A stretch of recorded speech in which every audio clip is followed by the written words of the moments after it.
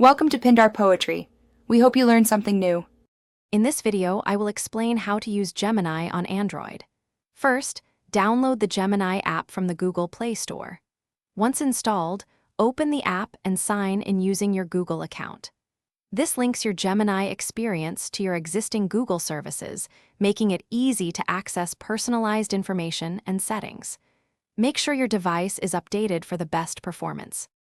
Gemini offers a powerful way to interact with AI. You can simply type your questions or use voice commands for quick responses. It's excellent for drafting emails, generating creative ideas, or finding information on almost any topic. Experiment with different input methods to see what works best for your needs, whether it's text, images, or spoken queries. To get the most out of Gemini, try giving it more detailed prompts. For example, ask it to write a summary in 200 words or explain a concept simply.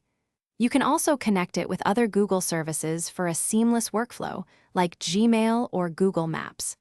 Don't forget to check your chat history. It's a great way to recall information or continue previous discussions. Your privacy is important, so take a moment to review and adjust Gemini's privacy settings to your comfort. You can control data usage and personalization options. Also, customize notifications and language preferences to tailor the app to your daily routine. Remember to check the description below for a link to the Owala water bottle and other great deals.